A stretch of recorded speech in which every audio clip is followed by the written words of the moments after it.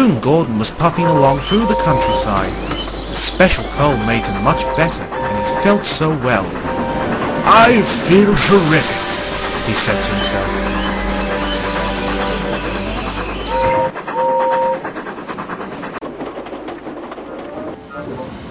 Henry, on the other hand, wasn't feeling well at all. His funnel was blowing black smoke. He was feeling weak, and found the tar wagons very heavy. "I feel so well," Gordon puffed. He was having a lovely morning. Henry's morning got worse. His boiler started to shake, and he was running late with his deliveries. "The workmen need the tar to mend the road," he groaned. "Do the best you can, Henry," called his driver. Thomas was on his way to Stratford when he saw Henry. He could see Henry wasn't well at all. At Maythwaite Station, Gordon had arrived on time and was feeling pleased with himself. Just then, Thomas arrived. "Have you seen Henry?" he asked worriedly. "He looks dreadful." "Oh, I'm sure Henry is fine," puffed Gordon.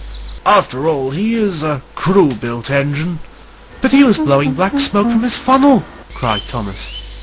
Just then the signal dropped, and Gordon left, but now he was feeling worried. As he puffed past the farm, he was still worried about Henry. "Perhaps Henry still needs the special coal," he said to himself. Gordon soon arrived at Narrated Station. Henry was there taking on water. Henry's boiler shivered, and his funnel continued to blow black smoke. "Are you feeling all right, Henry?" asked Gordon. "No," groaned Henry. "Something doesn't agree with me. I feel worse than I did with my old shape." But it was time for Gordon to leave, as the guard blew the whistle and waved his green flag. "At least you're feeling better," cried Henry. Although Gordon felt better physically, emotionally he felt dreadful.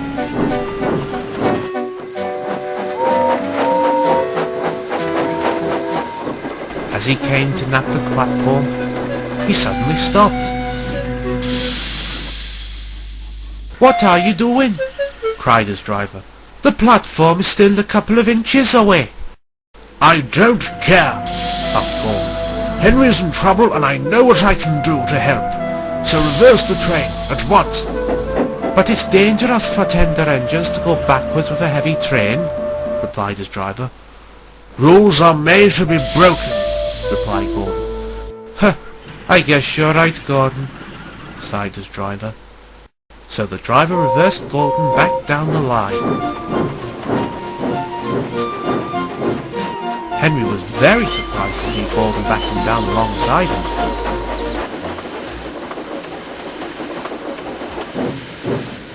"What are you doing here?" asked Henry.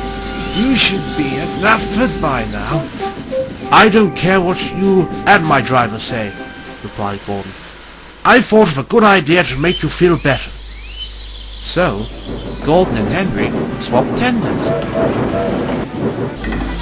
Then Henry's fireman filled Henry's firebox with the special coal. Henry started to feel much better. "Thank you, Gordon," smiled Henry. "What are friends for?" replied Gordon. Then together, the two friends puffed to Stratford Station. They soon arrived. Gordon was very late for the express. "I am sorry I made you late," puffed Henry. "It doesn't matter," said Gordon. "What matters is that you're feeling better." "Perhaps Henry still needs special coal after all," called Thomas. "Well, it certainly needs it more than me," smiled Gordon. Later in the yard, Henry's fireman and the firelighter examined the coal in Henry's tender. "Sure, it looks fine to me," said the fireman. "But I know full well that it isn't." "Indeed," agreed the firelighter. "It seems to be dusty, and from what you've explained to me, being put in Henry's fireboxes made it burn to produce thick black smoke. That's probably why it made Henry weak." Certainly seems the answer, agreed the fireman.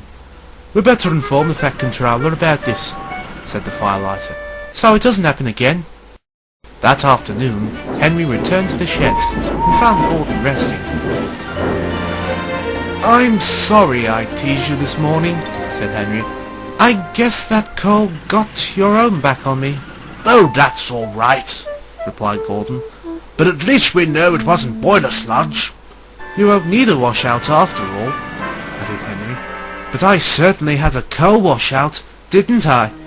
Indeed, laughed Gordon. Both engines found it a great joke, and as ever remained firm friends.